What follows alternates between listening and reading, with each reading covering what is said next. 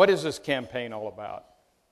To raise the level of consciousness and discussion of education as an important policy issue in this political campaign. The second part of it is not to just allow everybody to say, oh, I'm for schools, or I'm for kids, or I'm for education. We want this discussion to evolve around how we can raise the expectations of this nation at all levels. Secondly, how can we deliver an effective teacher in every classroom? And third, how can we get more time and support for the student? We've got 1 million dropouts a year. We have a lot of underperformance. Somebody would say, 70% of our 8th graders are below proficiency on the NAEP test. You got a whole lot of evidence of that sort. But I'd like to point not to the dropouts, but to those who graduate. A statistic that really hits me between the eyes is the California state system just a month and a half ago said 45% of our entering freshmen in the CSU system are not prepared on English language arts. 37% of them are not prepared on math. And therefore, they're in remedial course. So think of all these American families that are watching their kid walk across that stage this week and next week, thinking, man, they're ready to open the door for their lives.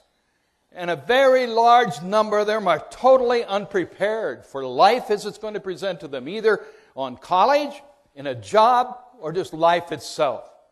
That's the real tragedy. We simply are underperforming in a major, major way. And we got used to an America that was first, that was really at the top of the heap.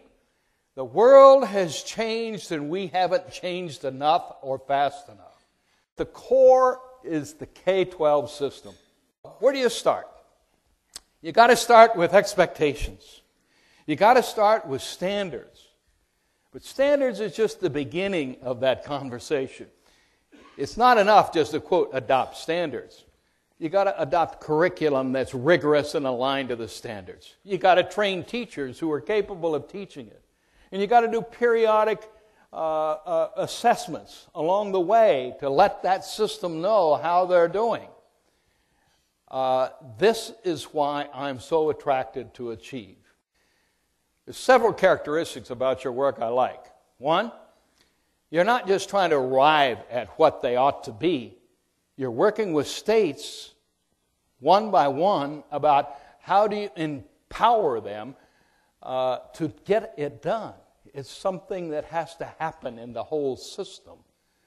And therefore, I like the process of Achieve helping work with you to arrive at what the standards ought to be, but also working with you to help develop together techniques, strategies for getting this done within a state, selling people on it, teaching them how to do it. That is a very, very good approach. We need to begin where we are. And I think if we're going to arrive at standards, we've got to look at several alternatives.